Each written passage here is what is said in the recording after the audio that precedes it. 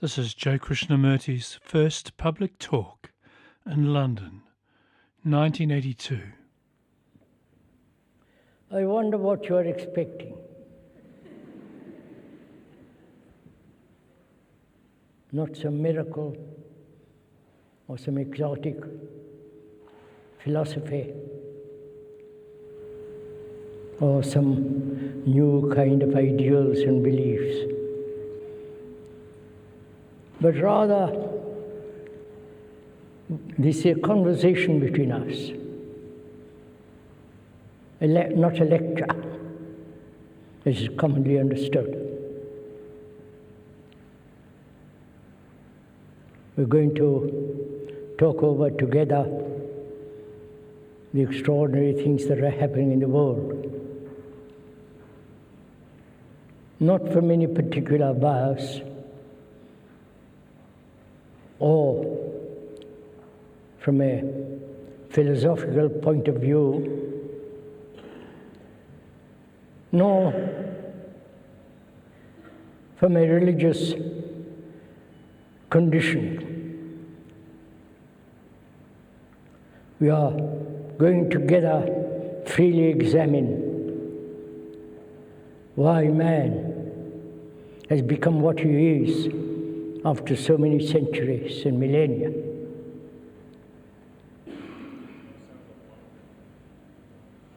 And if one may point out, we are thinking over together, observing, concerned with the wars, the brutality of man and his violence, how chaotic his own life has become.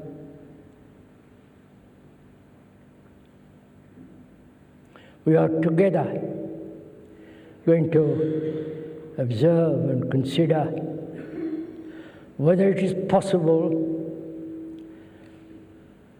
radically to bring about a mutation in the psyche.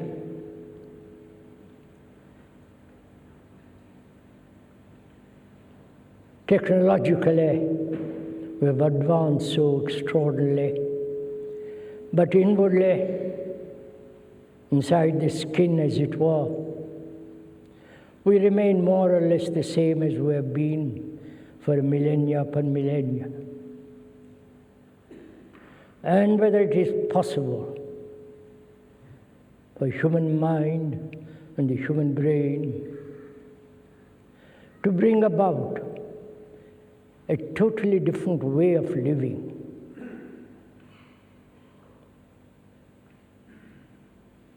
A way in which there isn't this everlasting conflict between people.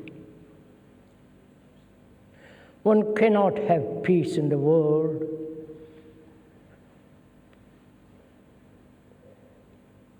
Am I talking too loudly?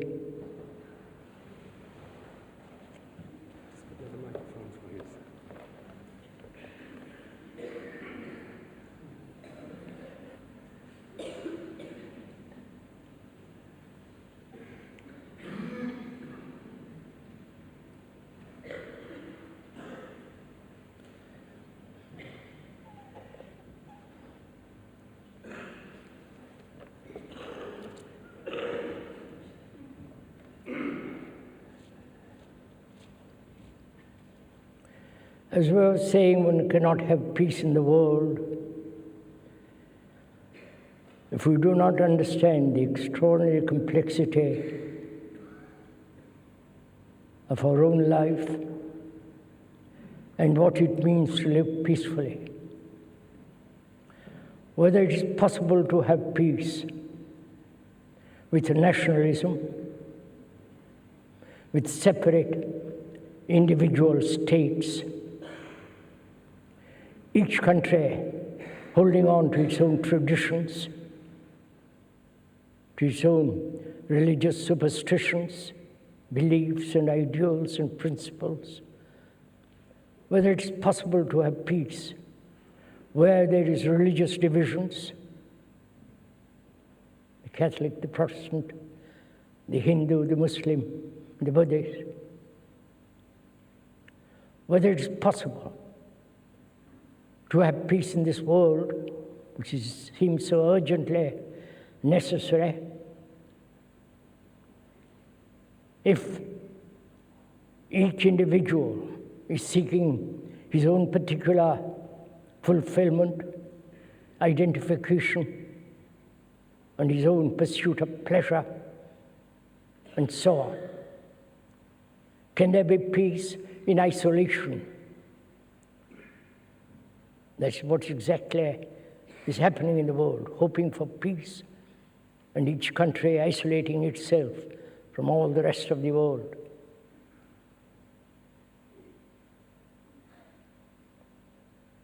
And is a new leader necessary for bringing about peace? A new general, a new prime minister, new kings, and so on, or new gurus, or new messiahs. It's extraordinary how human beings trust politicians. We have elected them, and we become their slaves, as we have become slaves to the organized hierarchy and religious saints. Peace requires a great deal of inward inquiry, great deal of energy and intelligence. It's a very complex thing to live a life completely peaceful. Inwardly, first, and outwardly afterwards, not the other way around. If we don't put our house in order first, how can there be order outwardly? All of us seek order, security outwardly. And we think there is security, safety, when there is well-organized society.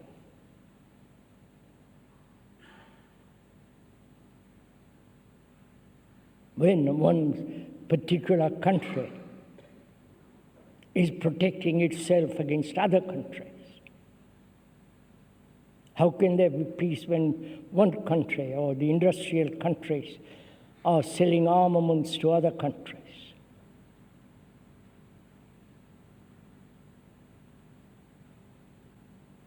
We are sending this country and other countries are selling armament to the so-called backward countries, making profit, trade, and so on. And how can there be peace in the world? One wonders whether human beings want peace at all.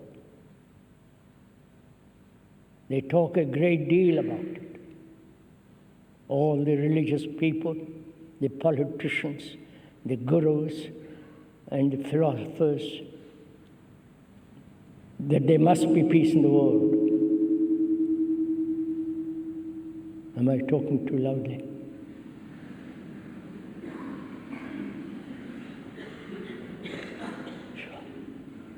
One is not used to all this kind of stuff.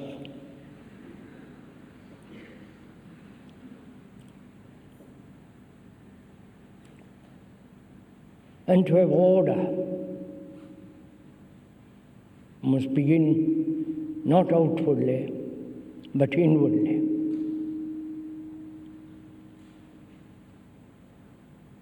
We want order, and we hope in that order there will be security in the world outside of us. We're always trying to find safety outwardly. Is there protection, sanity, safety in isolation? British against the French against Germans, and so on. Both religiously, economically, socially. Is it not necessary to have a global relationship, global interrelationship in which there are no nationalities of any kind, no separate governments, separate economy, no selling of armaments and accumulating vast monies to spend more on armaments. This has been our way of living.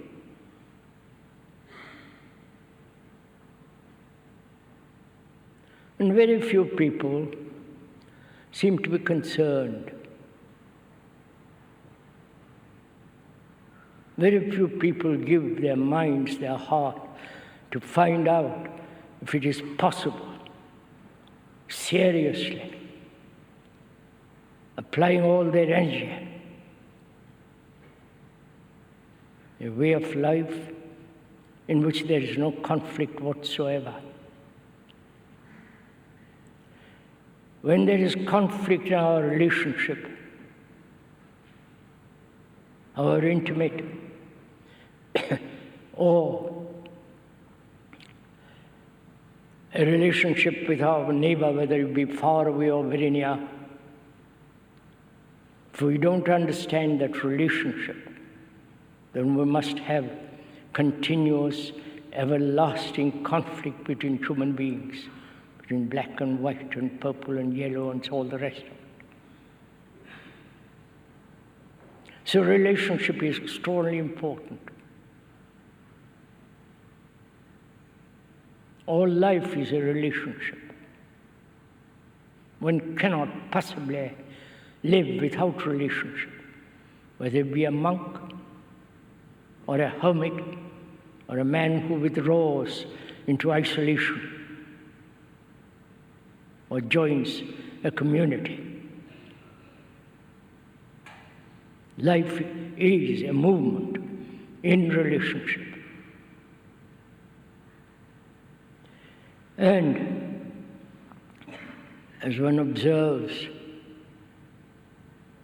throughout the world, whether it is in Asia, India, or in the Western world, there is a great deal of conflict between man and woman. Divorces are increased. And human beings have not been able to live with each other amicably, rationally, sanely. Is it at all possible to live a life of a relationship in which there is no conflict whatsoever between man and woman? And therefore, a society in which there doesn't bring about further conflict between human beings. So please, let us talk over together, if you will, this question of relationship. Not only with our neighbor, whether it be very, very far away, or with the most intimate person.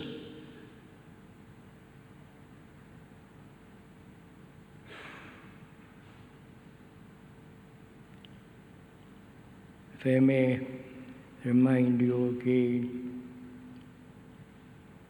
we are talking over together. It's a conversation between you and the speaker. course, with such a large audience, it's not possible to have a dialogue. But it is possible if you, as a human being, and the speaker, are concerned with what is going on throughout the world, the bloodshed, the destruction of human beings for various causes, for various principles, for ideologies.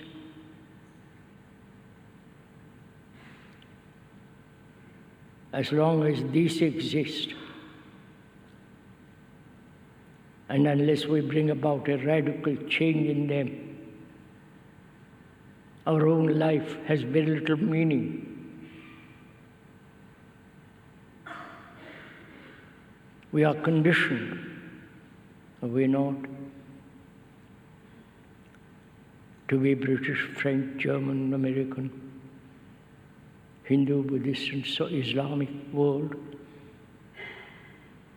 And as long as there is this division, there must be conflict. There must be wars.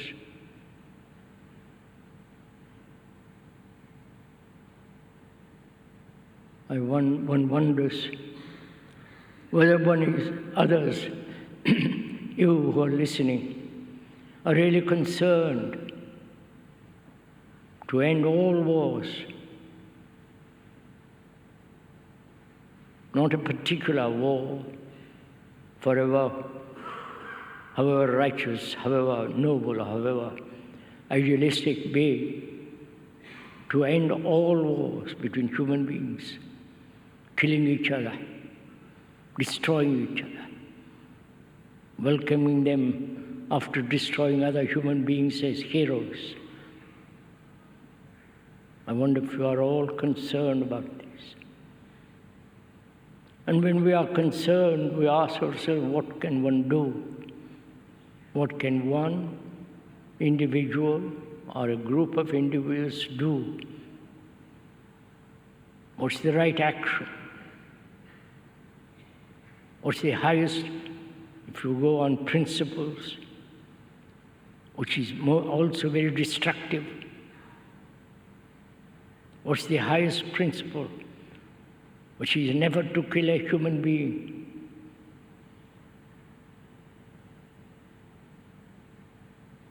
Because we are all, our consciousness is common to all mankind.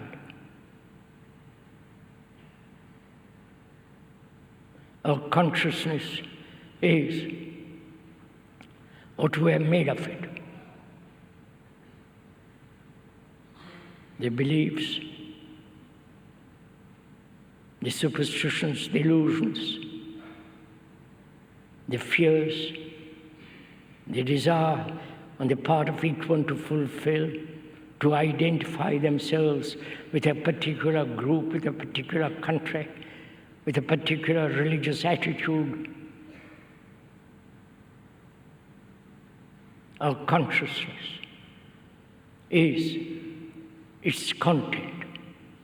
Its content are all these things, fears, pleasures, the innumerable experience that we have, the sorrow, the pain, the affection, the love and the compassion, if one has that, and the acceptance of authority in spiritual matters.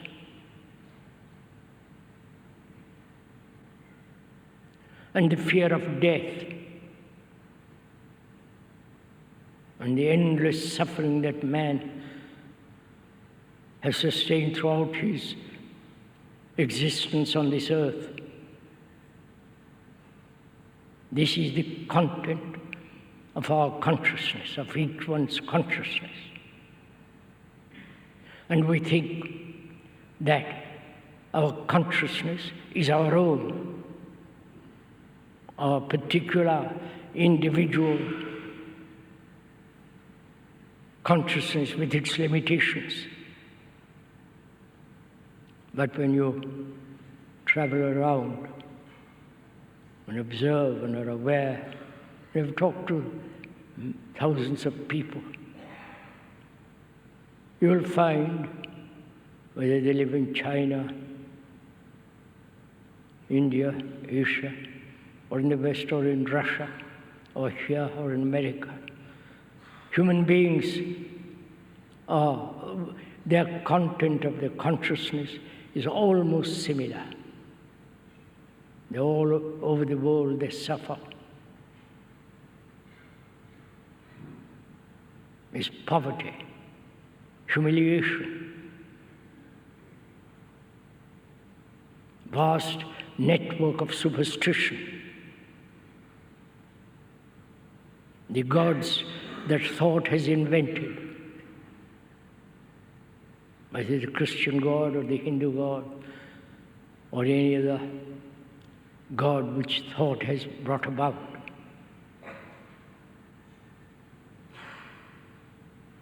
This is the common ground on which all human beings stand. And when you examine it more closely, which I hope we are doing together, the whole concept and the illusion of individuality disappears altogether. We are conditioned to this idea of individuals separate. The religions throughout the world have sustained it. That you are a separate soul with certain capacities, tendencies, totally different from another. Is that so? And how easily we accept all these things without never questioning. In the Asiatic religion, especially Buddhism and Hinduism, doubt, skepticism is encouraged. Never to accept.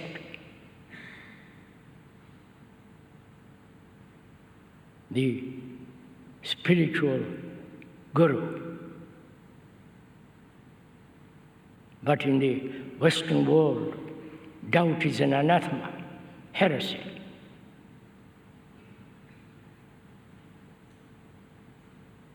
And if one doubts, as one must, not only what the speaker is saying, but doubt your leaders, whether they're political, religious, then that doubt clarifies the mind, the brain. Because our brain has become mechanical, which the speaker has been saying for many years. And now the scientists are saying the same thing, that our brains, being conditioned, have become mechanical, repeating the same reactions, the pursuit of the same memories,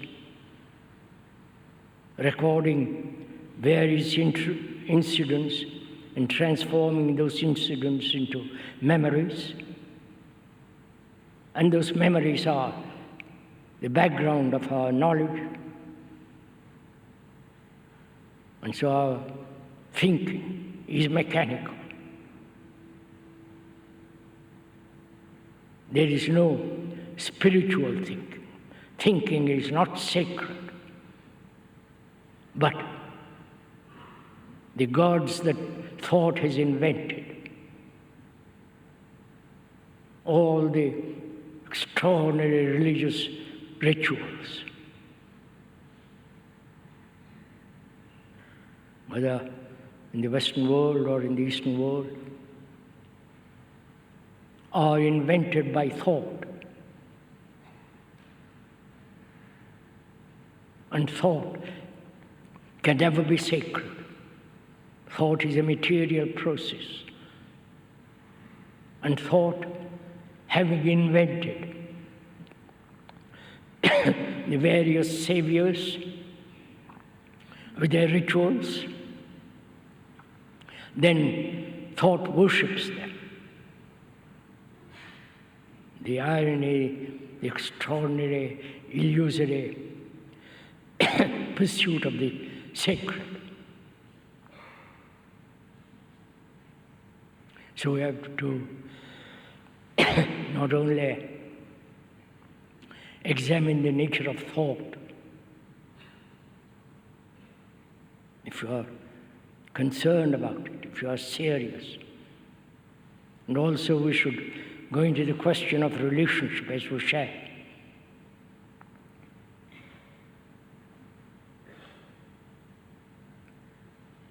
This is not a meeting to entertain you, either emotionally, romantically, or sentimentally. We are concerned with very, very serious things.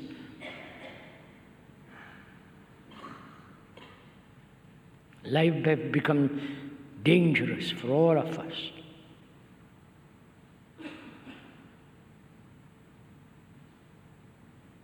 And we have the urgency of change is so extraordinarily important.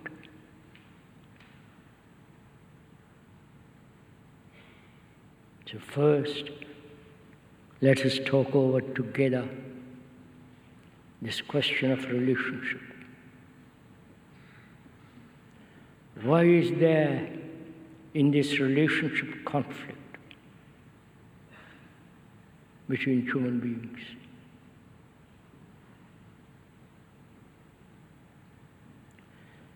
The speaker may put the question, but the question is being put by you, not by the speaker. The speaker merely voicing what you must also ask. Why we live in conflict with each other? Why between two human beings, however closely united there is conflict, struggle, pain, hurt, jealousy, anxiety.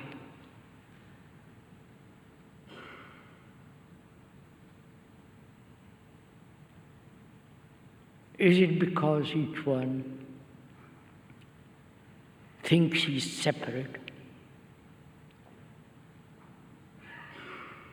Each one is pursuing his own particular ambition, his own fulfillment, identification, which each one of us is doing.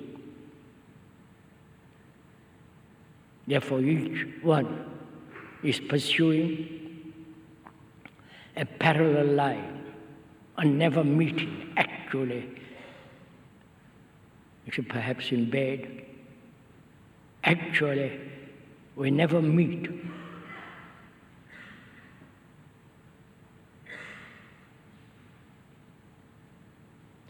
Like two railway lines never meeting.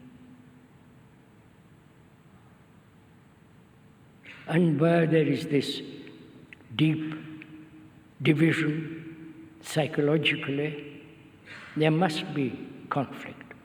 That is inevitable.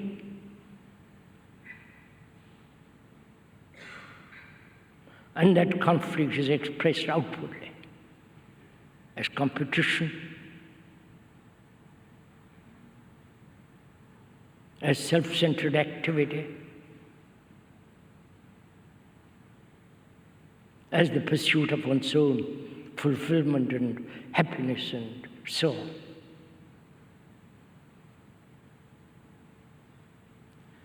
This brings about a question: why human beings throughout the world have images, self-created images, images created by the hand and by the mind. The images created by the hand we worship, because first created by thought. Why do we have images? Between a man and woman, there are these, not only the man's images which he has created about her and she about him. I wonder if you are aware of this. If you are aware, know or recognize that in this relationship between Jesus, we have created images, memories, pictures about her and she about him. And the relationship is between these two images. So why do human beings have these images?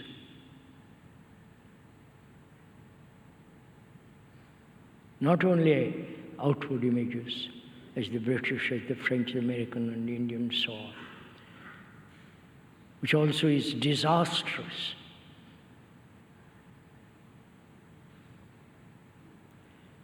In these images, we think there is security.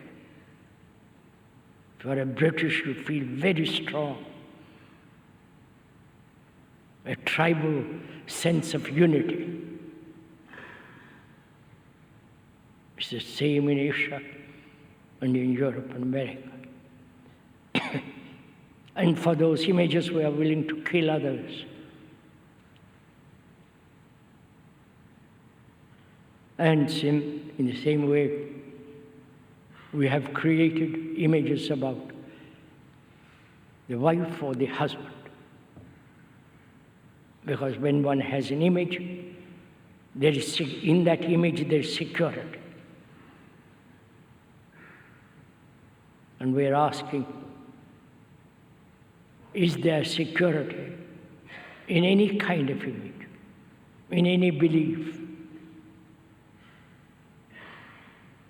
in any ideal, in any principle? Or security is to be found in a realm totally different from all this? So is it possible not to have images between man and woman, each one creating the image about the other? This is really a very important question to put and to answer.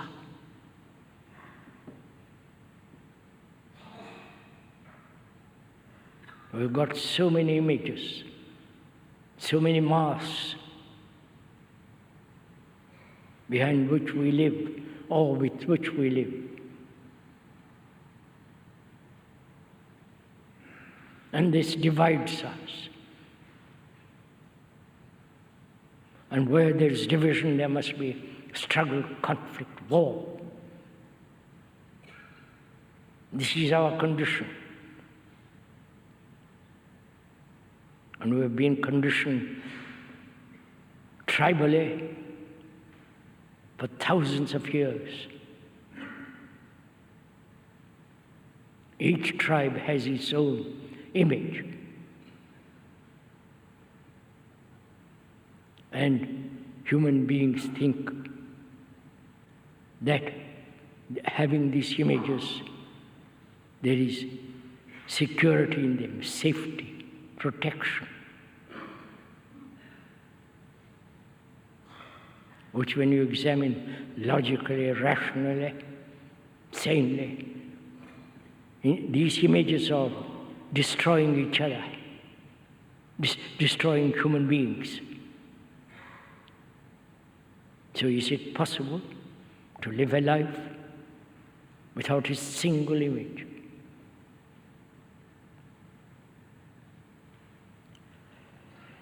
That makes one ask a question.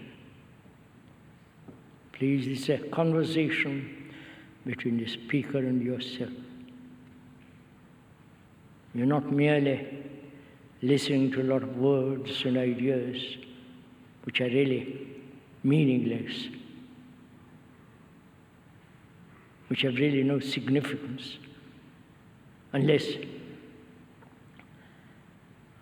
those very questions, those very ideas, you are putting it for yourself and finding the right answer.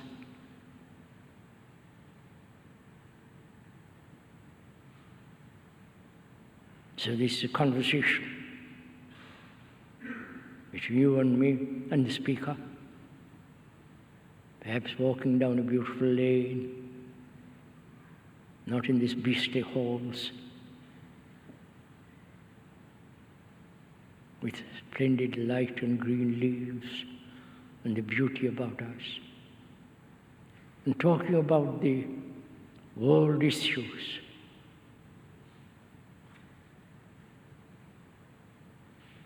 And in the very talking about the world issues, which is the criterion from which one can judge oneself, to observe oneself.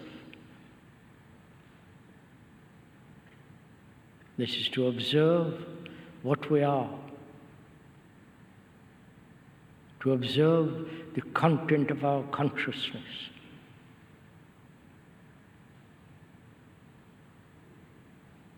And the content makes up our consciousness.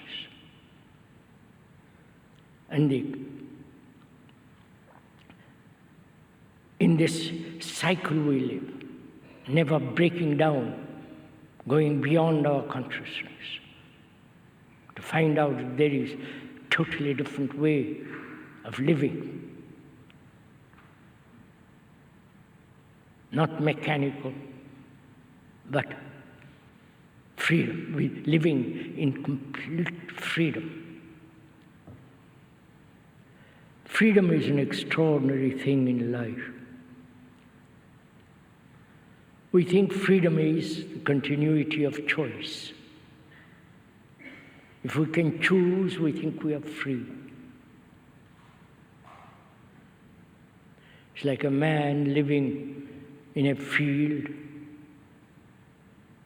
with hedges all round and moving from one corner of that field to another corner, choosing corner to the north or to the south, and thinking that when he has that choice, he's free. That's what we are doing. And so we must ask whether it is possible to be free from the images which thought has created in our relationship.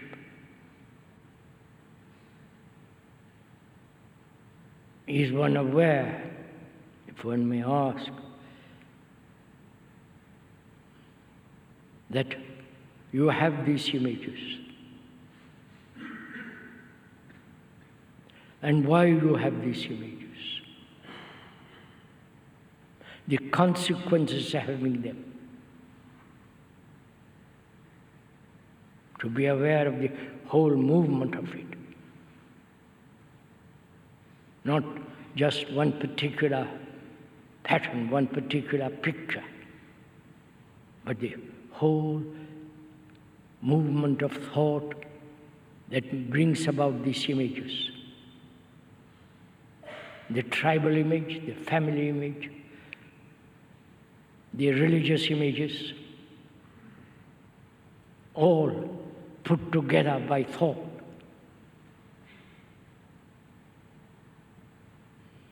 And then thought worships that which it thinks is sacred and disregards other images which are not important.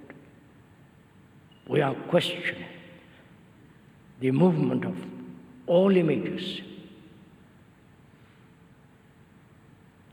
When you have your own image and the other has another, there must be continuous conflict.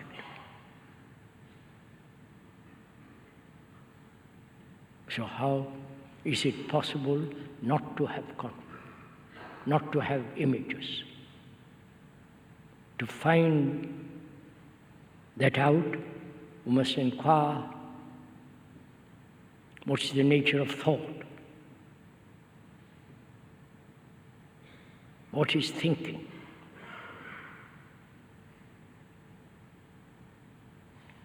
There's a common thing, in all mankind to think. Whether they are very, very, very poor, neglected, starving, or those who are living in affluent societies, whether they're living in totalitarian states or so-called democratic states, thinking is common to all mankind.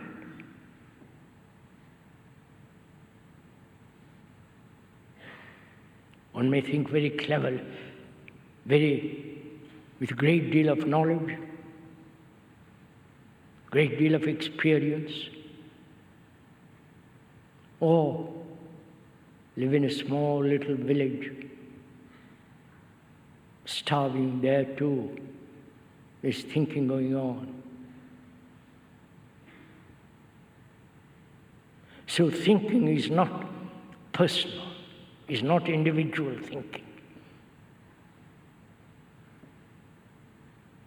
You can go into this very carefully. Please don't accept or deny, but inquire.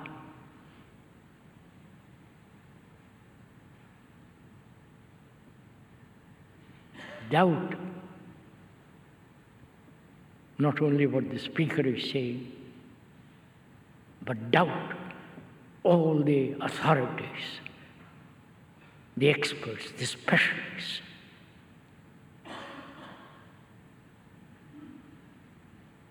Because one has to find out for oneself. One has to be a light to oneself in a world of darkness, a world that is destroying itself.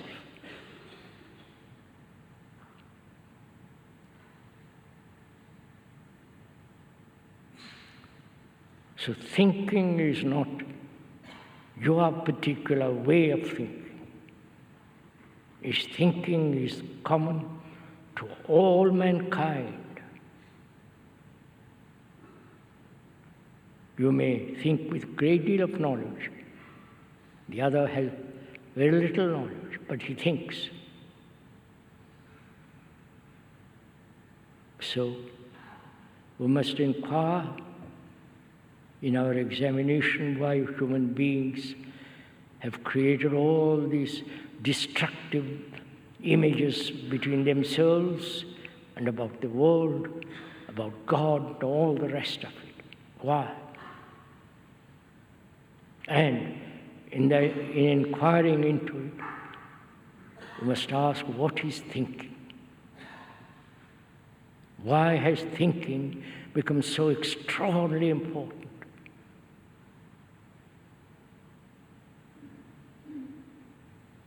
Is not thinking mechanical?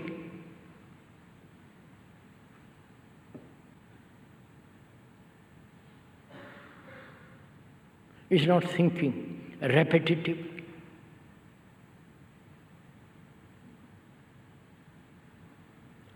Is not thinking created the wars, the instruments of war?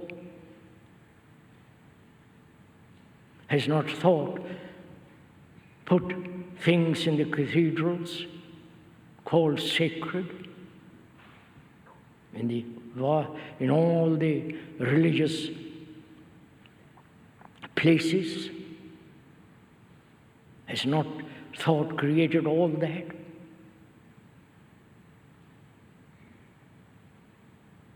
And then thought then says one must worship those things it has created.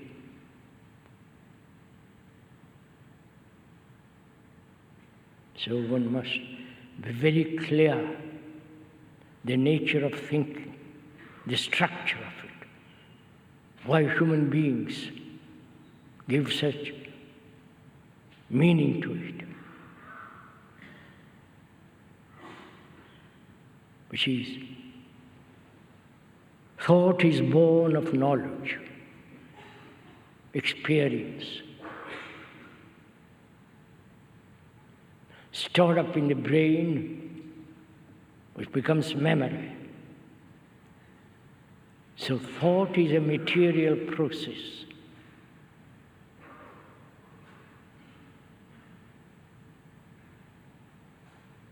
And all our actions are based on thought. That is, acquire knowledge to be used skillfully, technologically, earning a livelihood, and also the psychological knowledge of knowing another, of knowing oneself.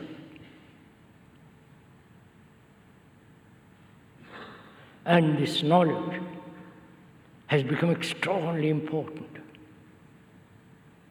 We have acquired knowledge about all the heavens,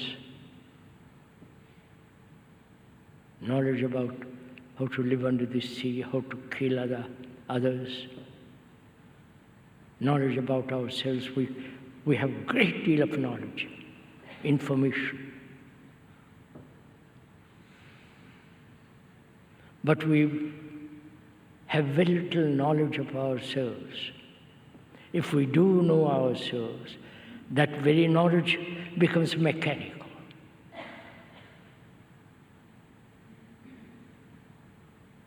Our reactions are mechanical. I hate the Germans, and the Germans hate somebody else.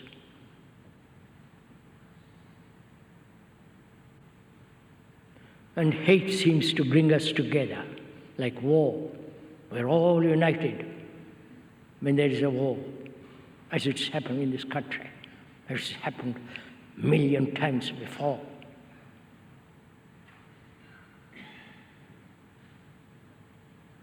So what place is knowledge in our life?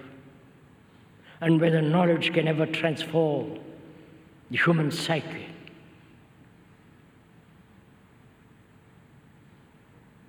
What place has knowledge in relationship? In our relationship between man and woman, between distant neighbors. That very knowledge is keeping us apart. I wonder if one asks, if I may ask whether you see this really deeply, that knowledge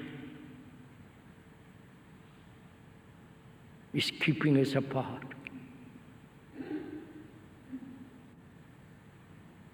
Knowledge that I am a Hindu, or a Muslim, Arab, or a Christian. The propaganda that has been done for 2,000 years has conditioned the brain, as it has done in the East, 3,000 to 5,000 years. That is knowledge. Knowledge about my wife. And she has knowledge about me. So we are asking, please, you are asking, this very, very serious thing to ask. Because scientists are saying the ascent of man is only through knowledge. We are questioning that. At least the speaker has been questioning that. Whether knowledge is really helping man. Of course it's helping him in that technological world. Knowledge is necessary to drive a car. Knowledge is necessary to fly an airplane and so on. But psychological knowledge,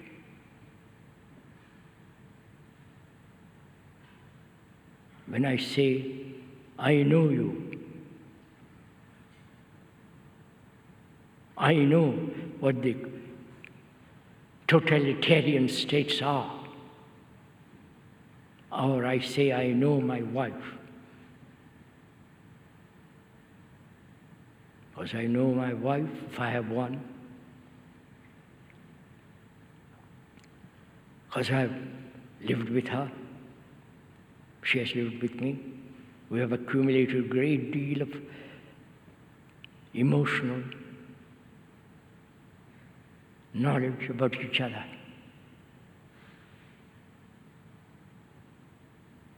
Knowledge is memory, remembrance, the hurts that we have given to each other, the wounds, the pain, the jealousy, the fear, all that is knowledge.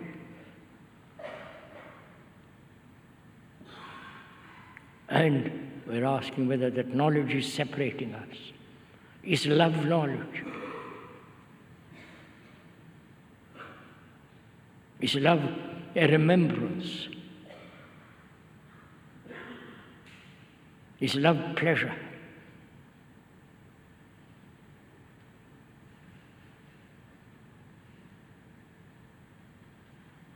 And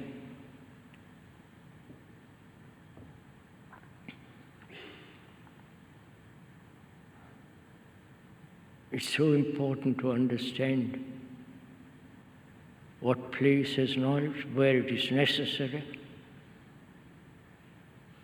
and in our relationship to live a life in which one has seen the illusory nature of knowledge.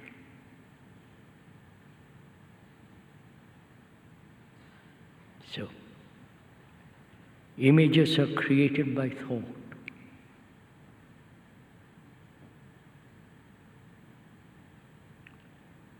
And can thought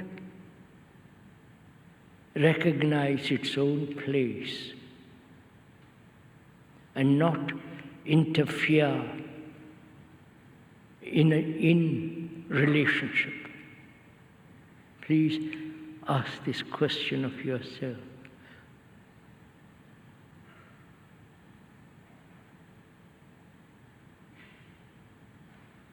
When thought interferes, love ceases.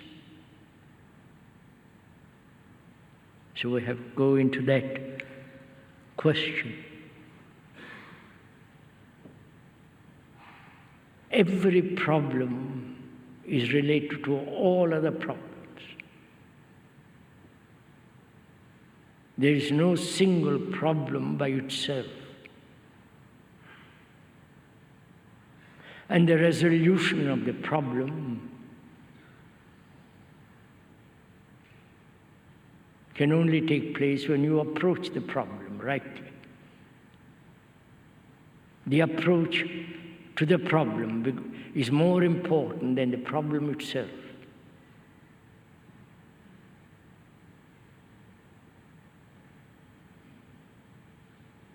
Most of us, from childhood, we are hurt, wounded. And we carry that wound, that hurt for the rest of our life.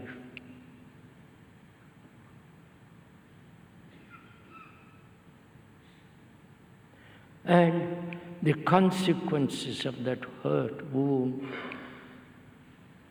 is more fear,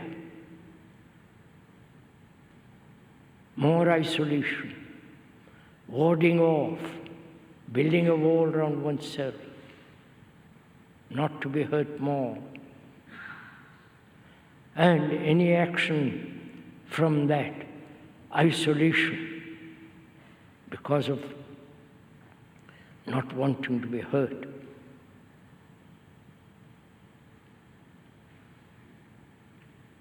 Breeds more fear. So again we ask, what is it that is hurt?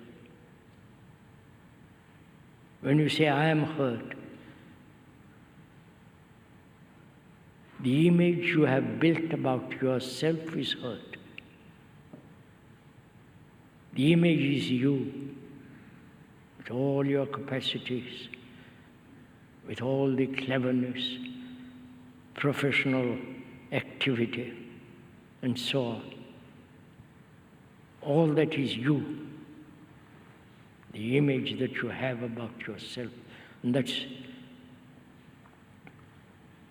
is hurt.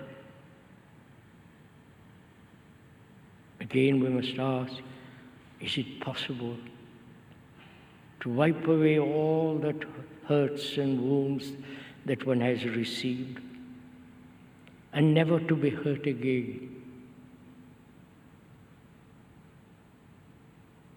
Because from when there is that wound conscious or hidden, then from that wound there are all kinds of neurotic activities.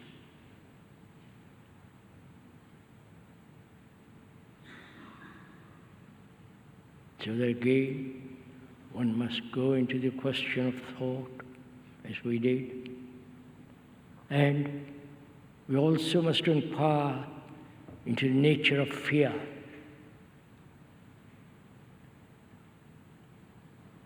Why human beings who are so clever, all the things they have invented, why they are frightened, why there's this constant burden of fear.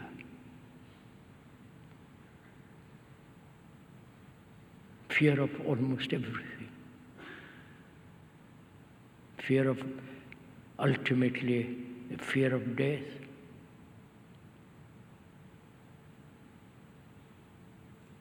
Fear of one's neighbor, perhaps one's wife or husband, girlfriend, boyfriend. Fear of not becoming a success, which is a dreadful thing. Want to be successful in this world.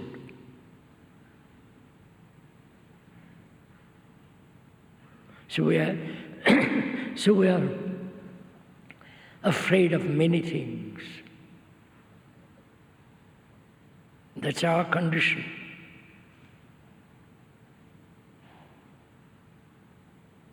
Fear of living, fear of dying.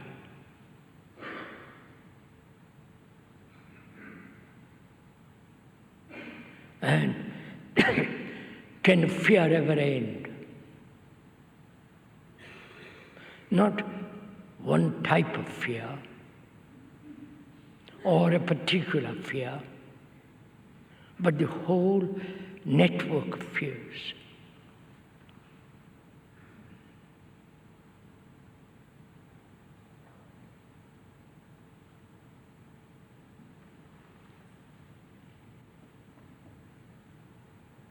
The speaker is saying that it is possible to be totally, completely free of all psychological fears.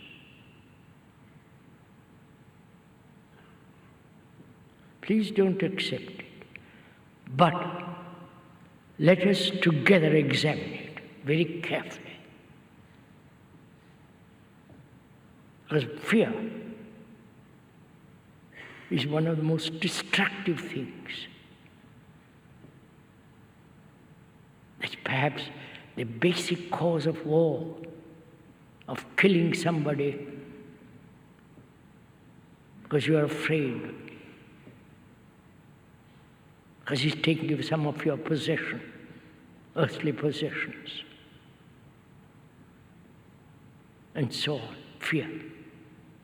Now, is it possible to be free of it completely? What is fear?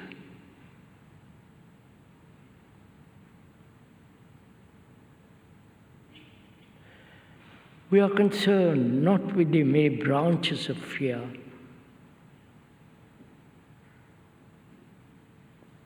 and the trimming those branches now and then, but the root of fear, the nature and the structure of fear.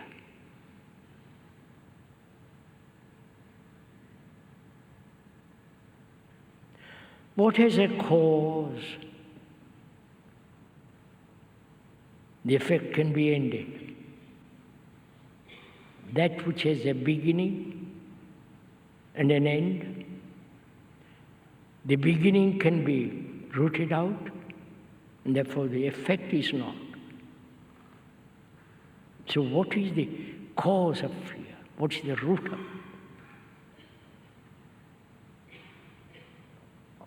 You are asking this question, please, not the speaker. When you ask this question, are you expecting an answer? Or the very question begins to unroll the whole nature and the consequences and the extraordinary vitality of fear?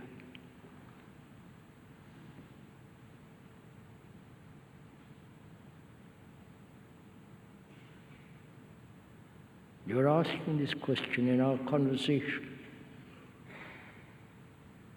You've raised this question.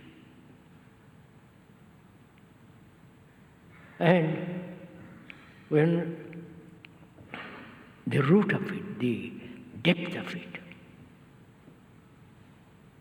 So, is it one of the factors, desire?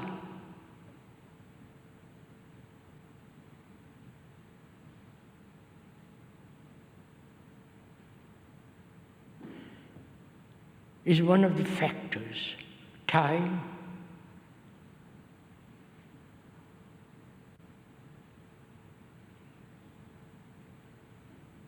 And also, is it thought?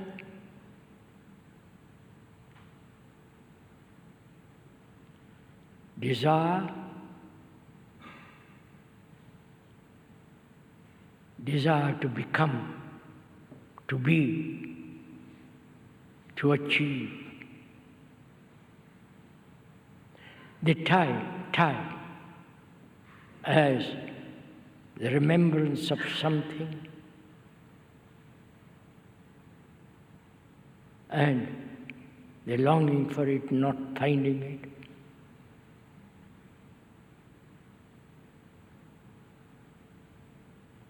Is it thought?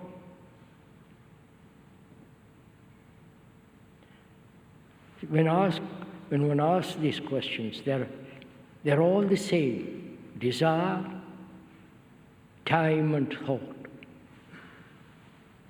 We're asking, are these the major factors of fear?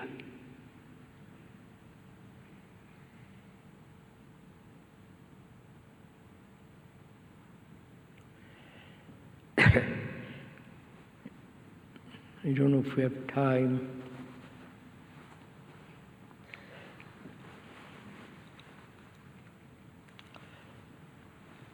Good Lord, we've already talked for an hour.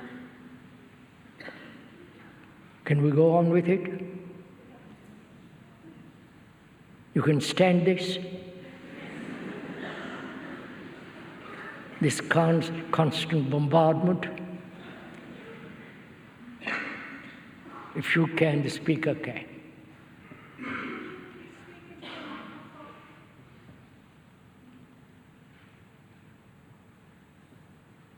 We're saying that Desire, time, thought are the root of fear.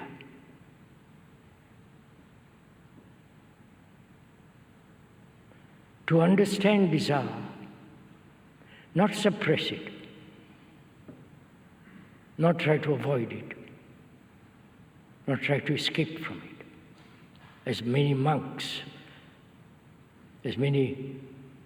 of the world are trying to suppress it because their religion says, have no desire.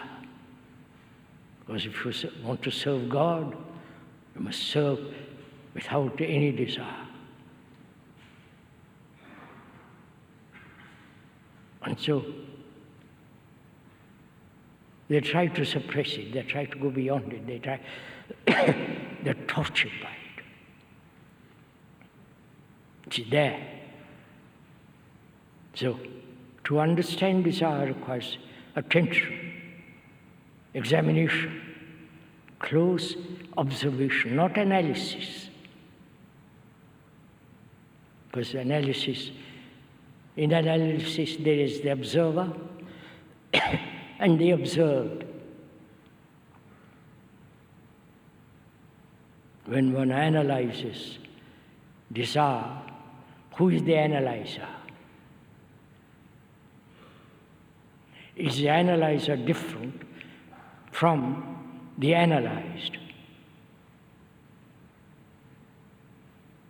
When you examine yourself psychologically, your reactions, for example, are you different from your reactions? Or you are the reactions?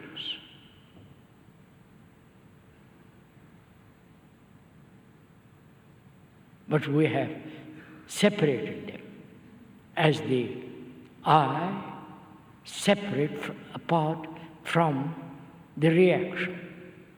I must control the reaction. I must shape the reaction. So there is a division between the observer and the observed. And so there's conflict between the observer and the observed. This is sane, rational. But is such a division illusory or actual?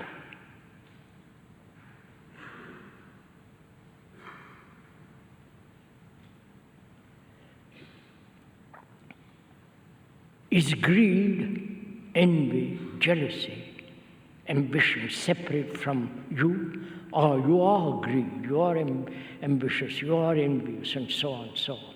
You are that. There is no separation. So could we look at it and see with clarity, not because the speaker is saying it.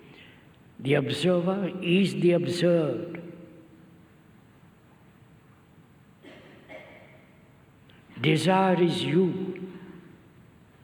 You are not separate from desire. But we have separated it because we think thereby either to control it or escape from it or to transcend it. We never ask ourselves, who is the controller? Is the controller different from that which he controls? When there is no division, which we'll go into if we have time, because it's very important to understand, because that when there is no division, when there is only the observer, not the observer and the observed, when there is only pure observation, conflict ends.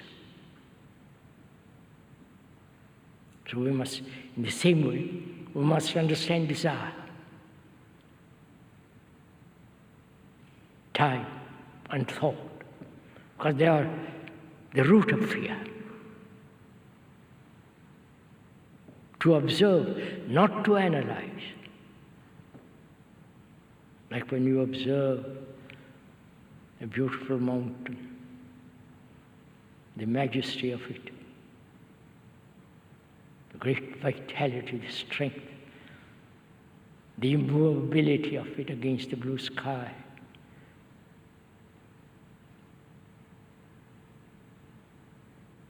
In the same way, to observe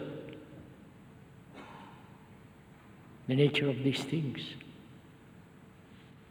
So we are observing, not telling what we think about desire, but observing the movement of desire. How desire arises, and the consequences of desire, the structure of it.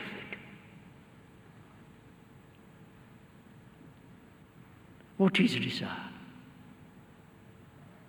And why human beings have such great energy,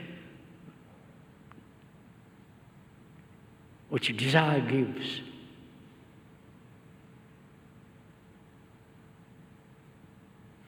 We must go into this very carefully.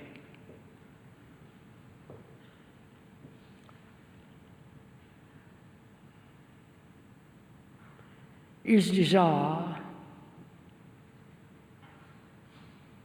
the action of thought?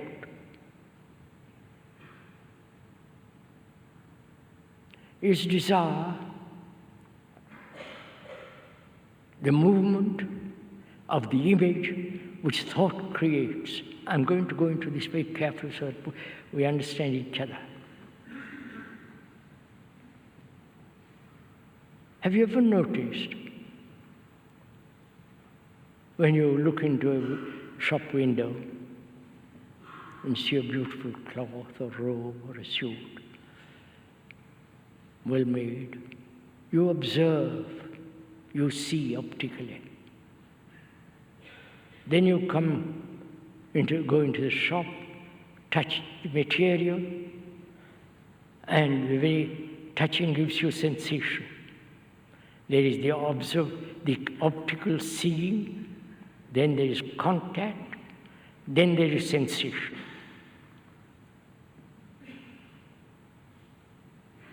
Then thought creates the image of you being in that robe, shirt, or whatever it is. At that moment, when thought creates the image of you in that shirt or robe, at that moment desire is born. Right? Are we together in this?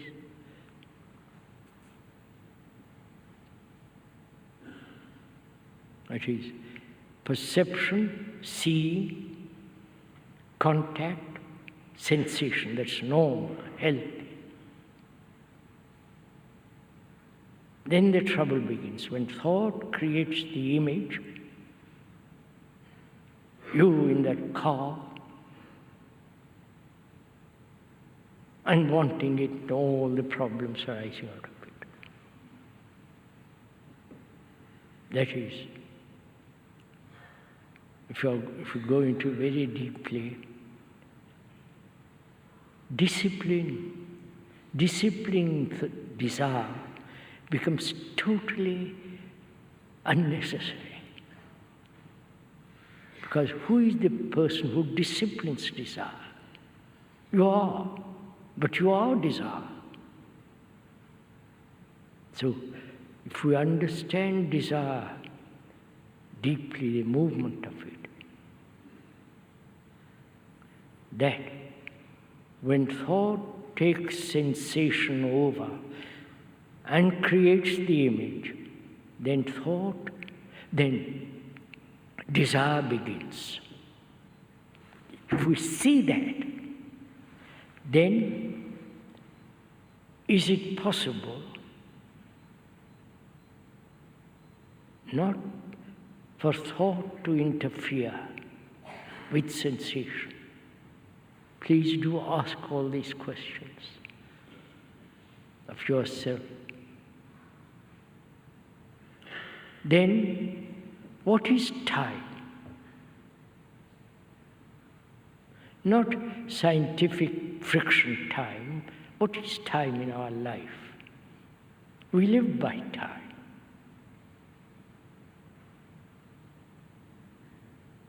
The past is our history, is the story of each one of us. Past is the story of mankind, of which you are. You are mankind. I wonder if we see the beauty of it. Because your consciousness is the consciousness of all mankind. Because you suffer, you have pain, you have doubts, hope, wounded, like the rest of mankind. So you are mankind. Please understand this. If you are mankind, how can you kill another? For whatever cause. Means you are the enemy of mankind. If you don't recognize that you are the rest of mankind, you become the enemy of mankind. This is a fact.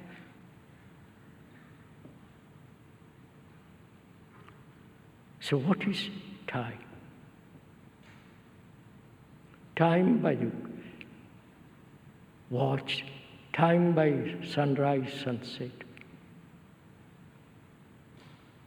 Time to learn a language, time to learn a skill,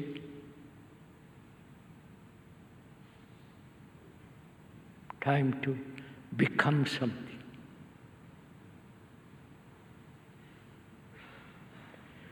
And is there psychological time at all? Is there a future for the psyche, for the me? I may become a good carpenter, good computer expert. But what can I become? Which is, to become a computer expert, I have to have time, many years or many days, to learn all about it, its complexity of it, how to program it, and so on, so on, so on. Or even to become an extraordinarily good pilot, I must have time. But do we have to have a time to become something? Is there a becoming of at all? We accept we must become something psychologically.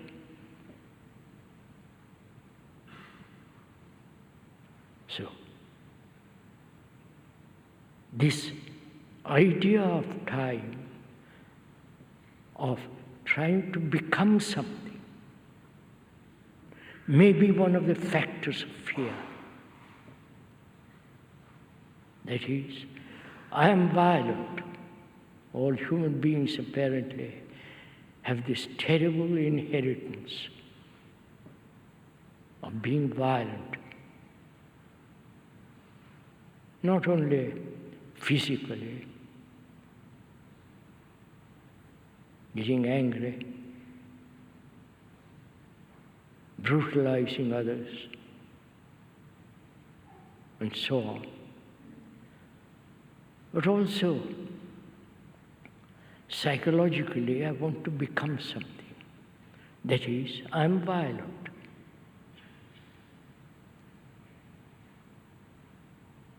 And I have the concept, the ideal of non-violence.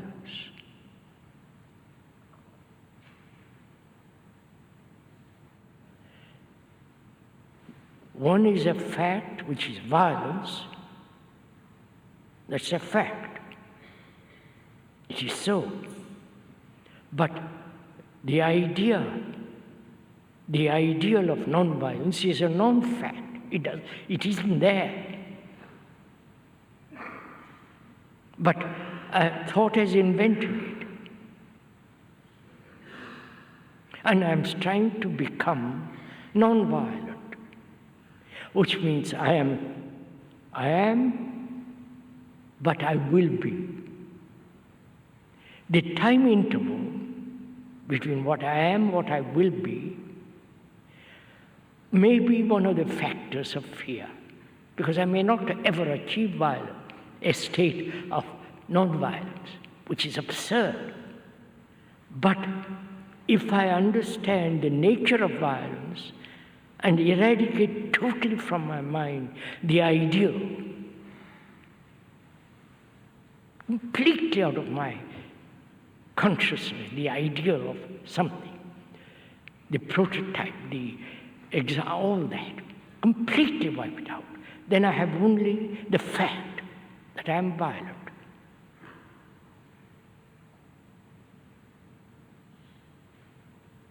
Therefore, there is no duality. I wonder if you understand all this. There is no duality, only the fact of what one is. And when one observes it, that observation is not of time. To observe without a motive, without wanting to transcend it, without trying to avoid it, just to hold it to observe. That pure observation, which is the concentration of all your energy, dissipates totally the fact of violence. Please, you hear this.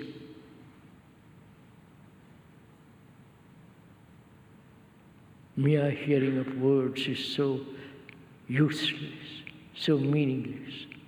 But when one sees the truth of it, goes into it, or energy to end something like that. Because the ending is far more important than becoming.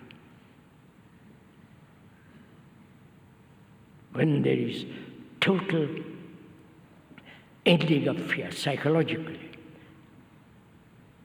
then there's quite a different mind. And also, we said thought may be one of the factors. And we went to thought, went into the nature of thought, which is born of knowledge, experience, knowledge, memory stored in the brain, and the reaction of is thought, thinking. So these factors are the essence of fear.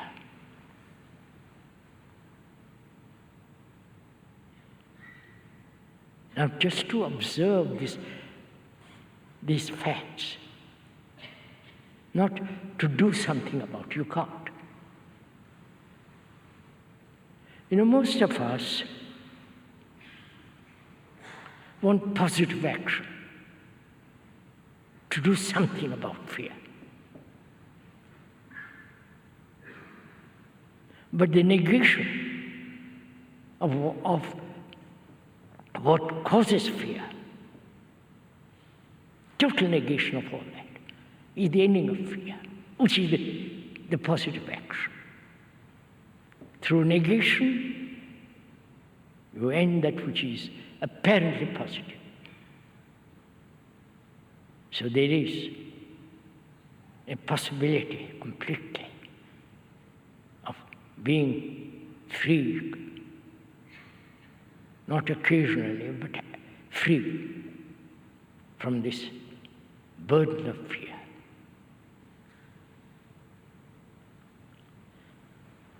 As we must stop, tomorrow morning we'll discuss together or have a conversation together about pleasure, whether it is possible to end sorrow,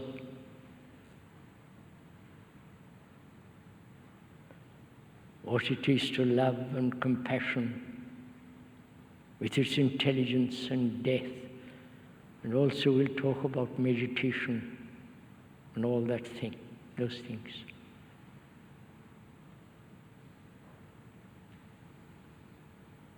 Now may I stop?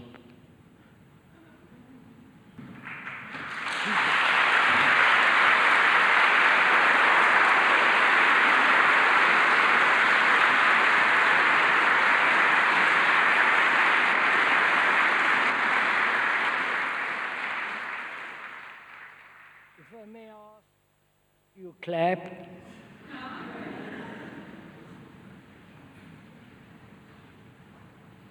By your clapping, you're not encouraging the speaker.